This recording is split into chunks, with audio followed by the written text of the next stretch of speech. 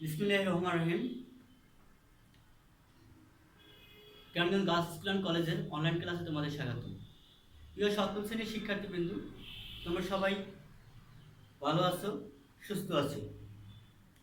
আমি গত ক্লাসে তোমাদের 7 পয়েন্ট গণিত ক্লাসে অনুশীলনী 3-এর অঙ্ক শুরু করেছিলাম। আজকে আমি এর পর থেকে শুরু করব। আজকে সেদিন আমি 12 পর্যন্ত করেছিলাম, আজকে 13 নম্বর। 13 নম্বর কি বলছে যে একটি সামান্তরিকের ক্ষেত্রে ভূমি 40 মিটার, উচ্চতা 50 মিটার, ক্ষেত্রফল নির্ণয় করো। তাহলে আমরা এর আগে কিন্তু আমি এই ধরনের একটা অঙ্ক করেছিলাম, 10 নম্বরের অঙ্কটা। এটাও ঠিক অবিকল একই রকমের 13 নম্বর। এখানে দেওয়া আছে কি,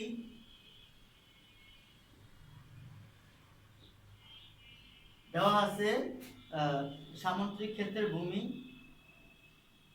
সামান্তরিক ক্ষেত্রের ভূমি, সামান্তরিক ক্ষেত্রের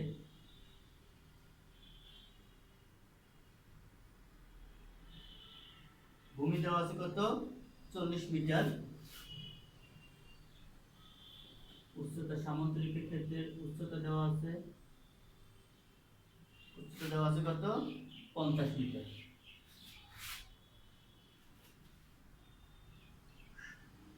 তাহলে আমরা জানি সামান্তরিক ক্ষেত্রের ক্ষেত্রফল কি, আমরা জানি সামান্তরিক ক্ষেত্রের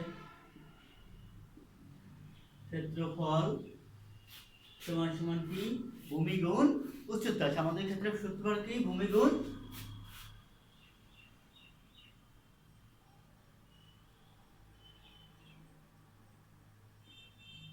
উচ্চতা। তাহলে ভূমি কত, 40 মিটার, ইন্টু উচ্চতা কত, 50 মিটার। তাহলে মিটার মিটার গুণ করলে বর্গ মিটার, 50 + 20 2000 বর্গ মিটার। আমার কিন্তু উত্তর অলরেডি হয়ে গেছে। তাহলে 2000 বর্গ মিটার, এটাই উত্তর। এরপর 14 নম্বরটা, 14 নম্বরটা দেখো। 14 নম্বরটা কি বলছে যে একটি গণকের এক গায়ের দৈর্ঘ্য 4 মিটার,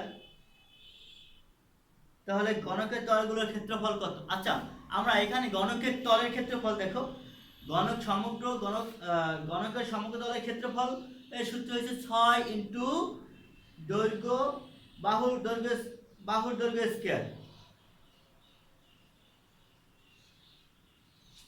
তা দেখো গণকের এক গায়ের দৈর্ঘ্য দেওয়া আছে 4 মিটার,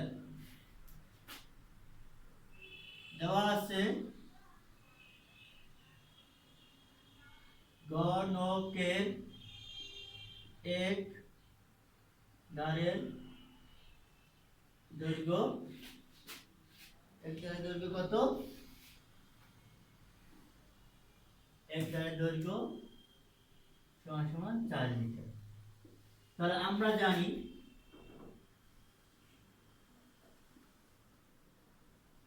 জানি গণকের সমগ্র তলের ক্ষেত্রফল, তাই কি ক্ষেত্রফল না, গণকের তলগুলোর ক্ষেত্রফল, গণকের তলগুলোর ক্ষেত্রফল গণকের সমগ্র তলের ক্ষেত্রফল সমান সমান 6 গুণ বাহুর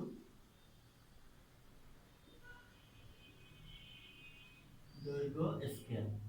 আচ্ছা, তাহলে বাহুর দৈর্ঘ্য 6 ইন্টু বাহুর দৈর্ঘ্য কত, 4 মিটার, 4 স্কয়ার সমান সমান 6 ইন্টু 16 সমান সমান কত হবে, 5 × 6 = 96 বর্গ মিটার। 96 বর্গ 96 কি হবে,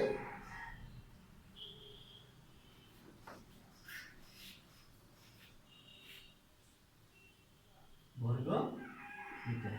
আচ্ছা, এটাই উত্তর। এটা কিন্তু পরীক্ষায় ক নম্বরের অঙ্ক আসতে পারে, ক নম্বরের অঙ্ক এটা আসতে পারে। এরপরে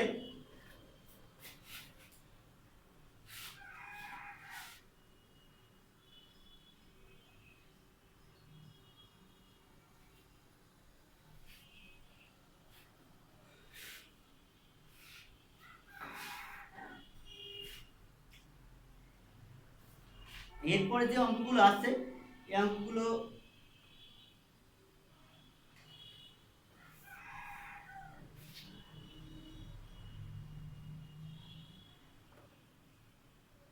বলছে কি, জোসেফ তার একখণ্ড জমিতে 500 কেজি 700 গ্রাম আলু উৎপাদন করে।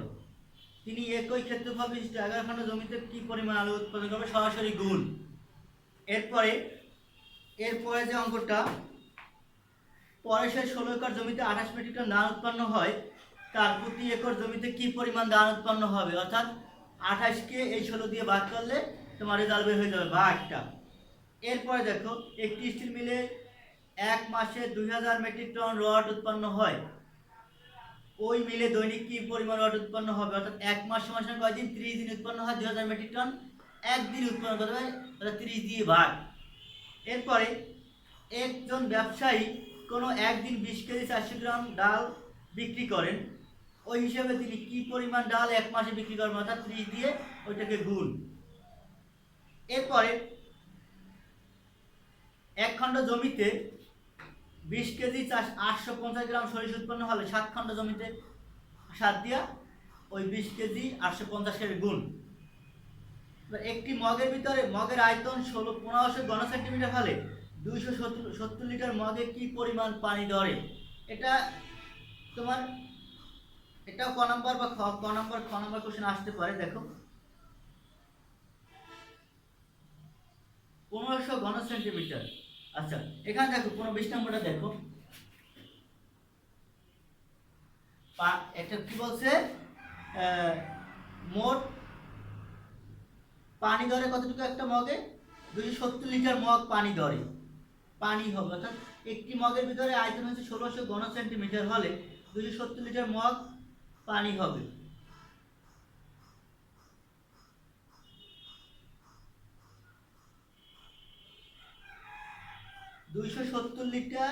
লিটারে কত মগ পানি হবে, তার মোট পানি দেওয়া আছে কি,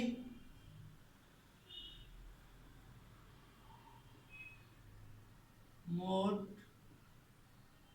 পানির পরিমাণ কত, 270 লিটার। আচ্ছা, তাহলে আমরা জানি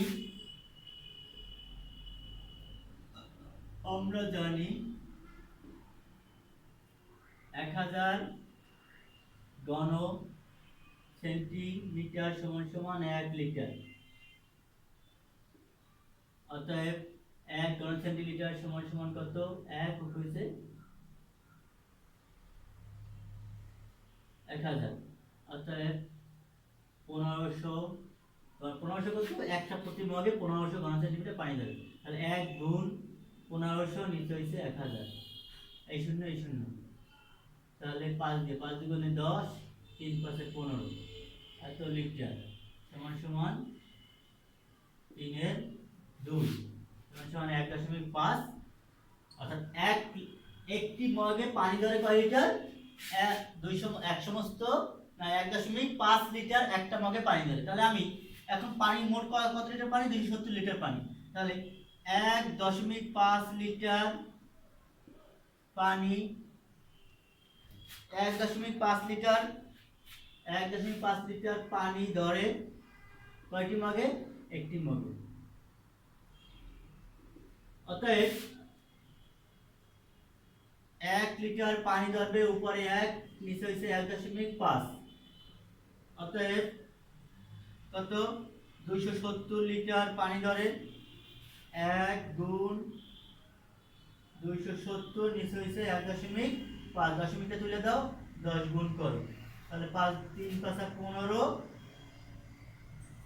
তারপর হচ্ছে কত, 5 দুগুণে 10, 3 9 27 শূন্য, তাহলে কত, 3 9 দুগুণে 18, 180 মগ।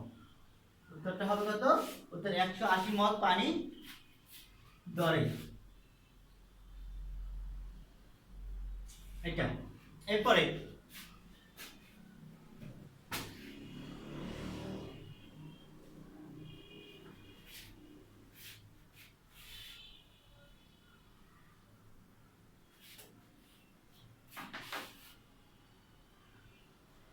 এরপর কি দেখো, একজন ব্যবসায়ী কোনো একদিনে 18 কেজি 300 গ্রাম চাল এবং 5 কেজি 750 গ্রাম লবণ বিক্রি করে, হিসাবে তিনি মাসে কি পরিমাণ চাল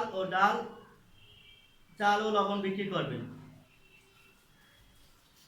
এটা প্রথমে 1 মাস সমান সমান 30 দিন, 30 দিনের চালটা আগে বের করতে হবে। এরপর 30 দিন আবার ডালটা বের করতে হবে। বের করার পর দুটো যোগ করলেই তোমার রেজাল্ট বের হয়ে যাবে।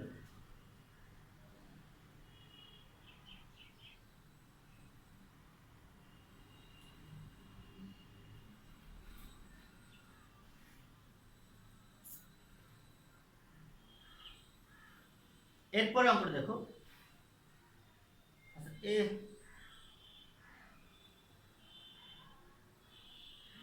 কোন পরিবারে দৈনিক 1.25 লিটার দুধ লাগে, প্রতি লিটার দুধের দাম 52 টাকা হলে ওই পরিবারে 30 দিনে কত টাকা দুধ লাগবে। এটা কিন্তু ইজি অঙ্ক। দেখো, একদিনে দুধ লাগে কত, 1.25 লিটার। তাহলে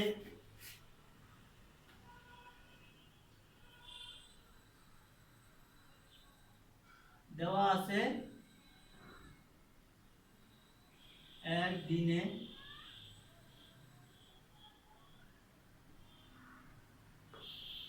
দুধ লাগে 1.25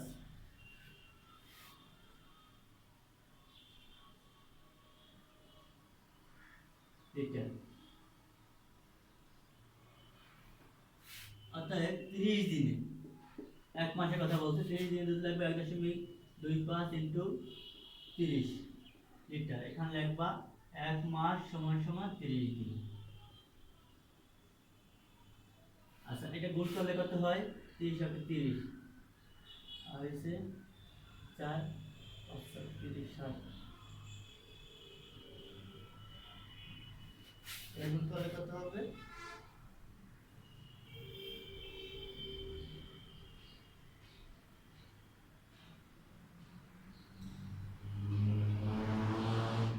1.5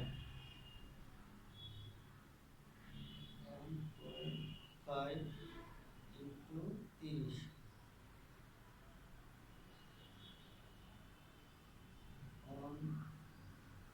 1.25 ইন্টু 30 সমান 37.5 লিটার। আচ্ছা, এখন কি দুধের দাম, 1 লিটার দুধের দাম কয় টাকা, 52 টাকা। তাহলে 1 লিটার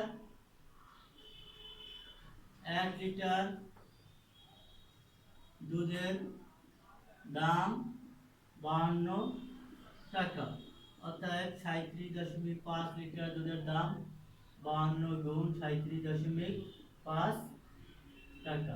তার সমান সমান কত হবে, 52.5 গুণ 52 সমান সমান 1950 টাকা। তাহলে 1950 টাকার দুধ লাগবে কয় মাসে, 1 মাসে।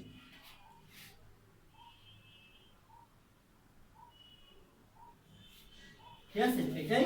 তাহলে 1 মাসে কয় টাকা দুধ লাগবে, 1950 টাকা। এরপরে অঙ্কটা দেখো।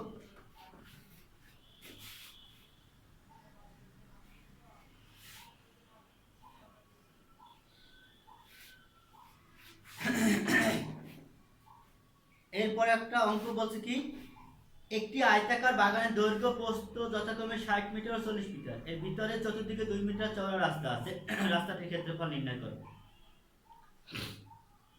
এখন দেখো, একটা আয়তাকার বাগান, এই আয়তাকার বাগানের দৈর্ঘ্য দেওয়া আছে 60 মিটার, প্রস্থ দেওয়া আছে 40 মিটার। এখন আয়তাকার বাগানের ক্ষেত্রফলটা বের করো, এটা আগে বের করে নিই। দেওয়া আছে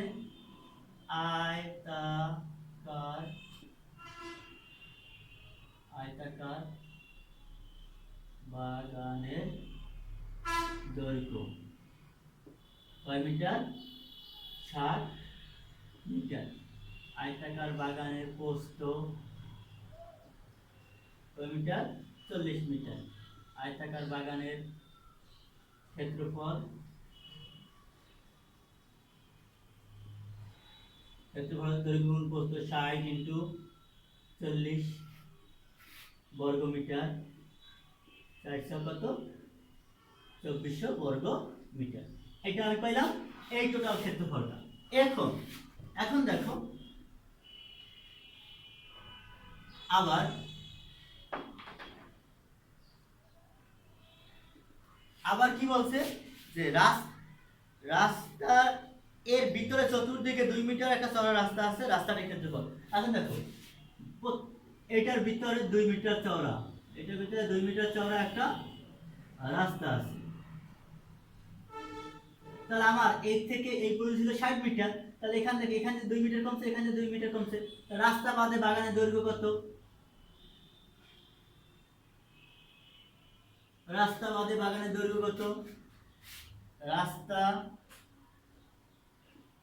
বাদে বাগানের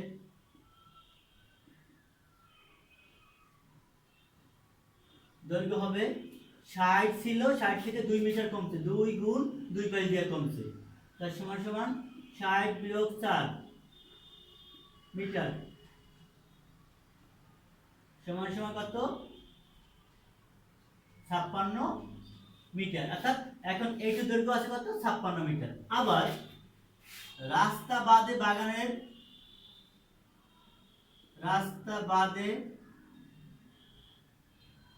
বাগানের প্রস্থ ছিল কত? 40 মিটার। তাহলে এই পর্যন্ত ছিল 40, এখন এই পর্যন্ত হয়েছে, তাহলে এখানে 2 মিটার কমছে, এখানে 2 মিটার কমছে, মোট কত হবে? 40 বিয়োগ 2 গুণ 2 পাশ মিটার সমান সমান 40 বিয়োগ 4 মিটার সমান সমান 36 মিটার। এখন রাস্তা বাদে বাগানের দৈর্ঘ্য পাইলাম 36 মিটার, আর রাস্তা সহ বাগানের দৈর্ঘ্য পাইলাম 56 মিটার, রাস্তা সহ বাগানের দৈর্ঘ্য প্রস্থ পাইলাম 36 মিটার। রাস্তা বাদে বাগানের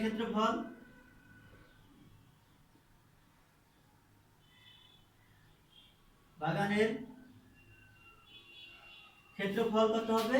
দৈর্ঘ্য গুণ প্রস্থ 56 মিটার গুণ 36 মিটার গুণ করলে কি হবে? তাহলে 56 গুণ 36 গুণ করলে কত হবে?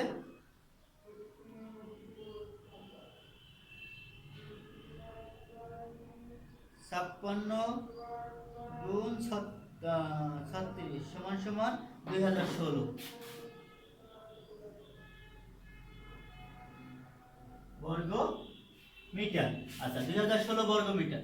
রাস্তা বাদে হয়েছে 2016, আর রাস্তা সহ হয়েছে 2400। তাহলে রাস্তার ক্ষেত্রফল কত? অতএব রাস্তার ক্ষেত্রফল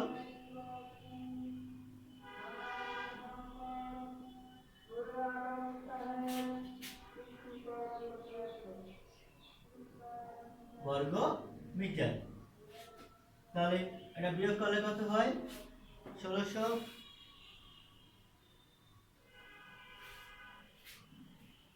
বিয়োগ করলে হবে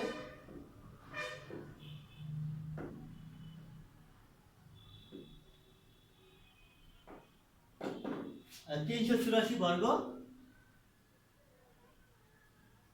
এটাই আমার উত্তর।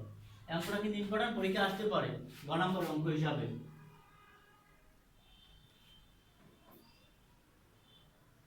অর্থাৎ রাস্তা সহ একটা ক্ষেত্রফল, রাস্তা বাদে একটা ক্ষেত্রফল। রাস্তা সহ ক্ষেত্রফল হচ্ছে 2400, রাস্তা বাদে ক্ষেত্রফল হচ্ছে কত? 1600 2016। তাহলে রাস্তার ক্ষেত্রফল কত? রাস্তার ক্ষেত্রফল 2400 বিয়োগ 1600 2016 বিয়োগ করে 384 বর্গ মিটার বের হয়ে যায়।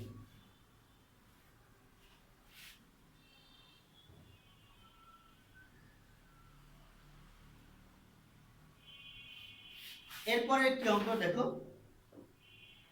এরপর বলছে একটি গড়ের দৈর্ঘ্য প্রস্থের 3 গুণ, প্রতি বর্গ মিটার 7.5 টাকা দরে গড়ের মেঝে কার্পেট দিয়ে মুড়তে 1102.50 টাকা ব্যয় হয়। গড়ের দৈর্ঘ্য প্রস্থ নির্ণয় করো।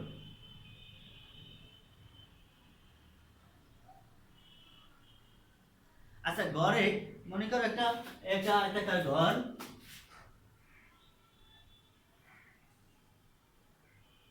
এই আয়তাকার ঘরে কার্পেট দিয়ে মুড়ছে, মোড়ার খরচ কত? 1102.50 টাকা।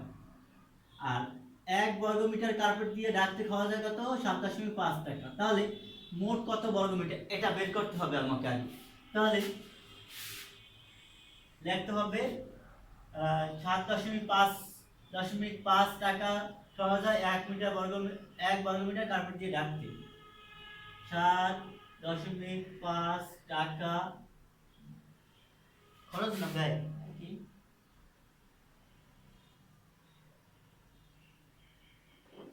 টাকা ব্যয় হয় 1 বর্গমিটার কার্পেট দিয়ে ডাকতে।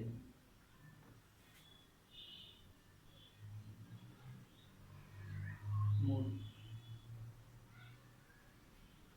1 বর্গমিটার কার্পেট দিয়ে মোট। অতএব 1 টাকা ব্যয় হয়, উপরে 1 নিচে 7.50 টাকা। অতএব কত? 1102.50 টাকা ব্যয় হয়। 1 গুণ 1102.50 নিচে হয়েছে 7.50 টাকা। কার্পেটটা কাটাকাটি করো, যদি কাটাকাটি করতে হয় দেখো এটা সরাসরি ভাগ দিলেও হবে, অথবা তুমি যদি সরাসরি ভাগ না দাও দেখো এরকমও করা যাবে, দশমিকটা তুলে দিয়ে করতে পারবা। 1 গুণ 1102.50 নিচে হচ্ছে 7.50। আচ্ছা দেখো এখন এই দশমিকটা তুলে দিয়ে এখানে দশমিকের পরিবর্তে 1 আর সামনে দুটো সংখ্যা 0 0। এইখানে দশমিক দিলে দশমিকের পরিবর্তে 1 সামনে 0 0, এই 100 কাটা। এটা দিয়ে এটা কাটলে কয়বার যায়? 147 বার। কয়বার যায়? 147। তাহলে আমার কত হবে? 147 বর্গ মিটার। আমি এটা পাইলাম কত? 147 বর্গ মিটার। আচ্ছা এখন বলছে কি গড়ের দৈর্ঘ্য প্রস্থের কয় গুণ? 3 গুণ। তাহলে আমি এখন দেখো দৈর্ঘ্য যদি ক হয় প্রস্থ যদি ক হয় দৈর্ঘ্য হবে তার 3 গুণ। 3 গুণ ক। তাহলে আমি ধরি বা মনে করি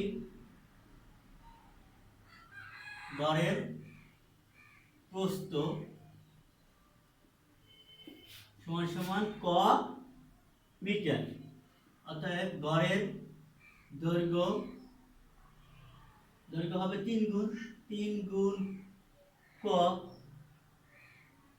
সমান সমান 3 ক মিটার। আচ্ছা গড়ের দৈর্ঘ্য পাইলাম 3 ক, প্রস্থ পাইলাম ক। গড়ের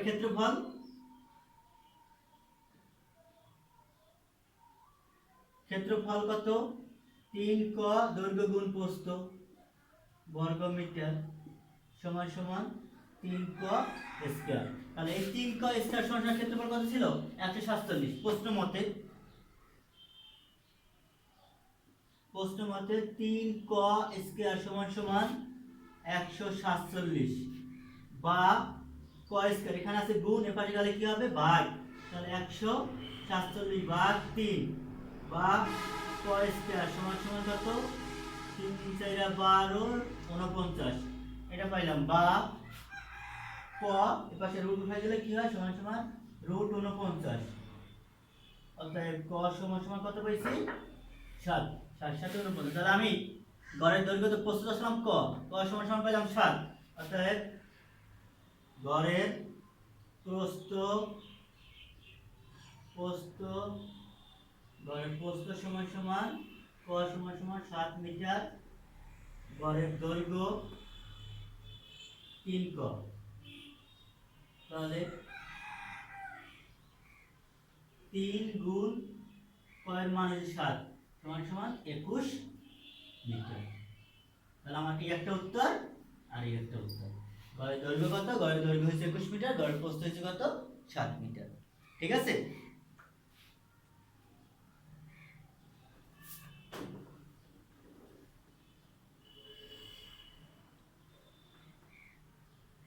এরপর দেখো 25 এবং 26 27 এই তিনটা অঙ্ক সৃজনশীল। এই তিনটা অঙ্ক আশা করি তোমাদের বাড়িতে একটা কাজ দিয়ে রাখি, বাড়ির কাজটা 25 নম্বর সৃজনশীলটা বাড়িতে করবে। 25 নম্বর একটা সৃজনশীল আছে, এই সৃজনশীলটা বাড়িতে করার চেষ্টা করবে। আর এই যে পিছনে যে অঙ্কগুলো আছে, যে অঙ্কগুলো আজকে করাইলাম, যেগুলো আমরা বাদ দিয়ে গেলাম সহজ দিকে, ওগুলো তোমরা করবে। যদি তোমাদের কোনো সমস্যা হয় আমার সাথে যোগাযোগ করবে, আমি তোমাদের পরবর্তী ক্লাসে ওটা আমি সমাধান করার চেষ্টা করব। আর এখন তোমাদের বাড়ির কাজ,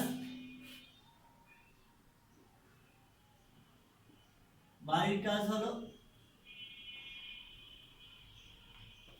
বাড়ির কাজ